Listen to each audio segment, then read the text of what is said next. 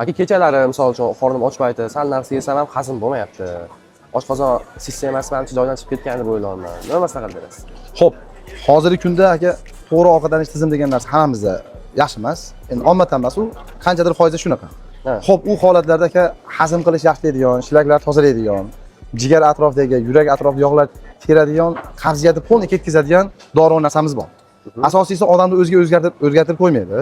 Ichsangiz o'sha holatda foyda qiladi, ichmaganingizdan keyin zarurat bo'lib qolmaydi. Xo'p, u narsamiz mana bu narsa mana.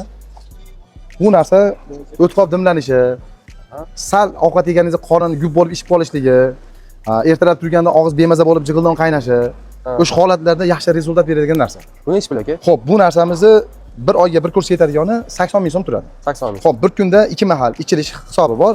Buni tartibini qanaqa ichilishligini yozib qo'yganmiz bu yerga. Ichgan odamda 3 kun uzoqqa 5 kunda rezultat bo'ladi. Jig'ildon qaynashi yaxshimi bu? Jig'ildon qaynashi, o'tqob dimlanishi, oshqozonni hazm qilish buzilishi, keyin qabziyatdagi muammolar xudo xolasa ketadi.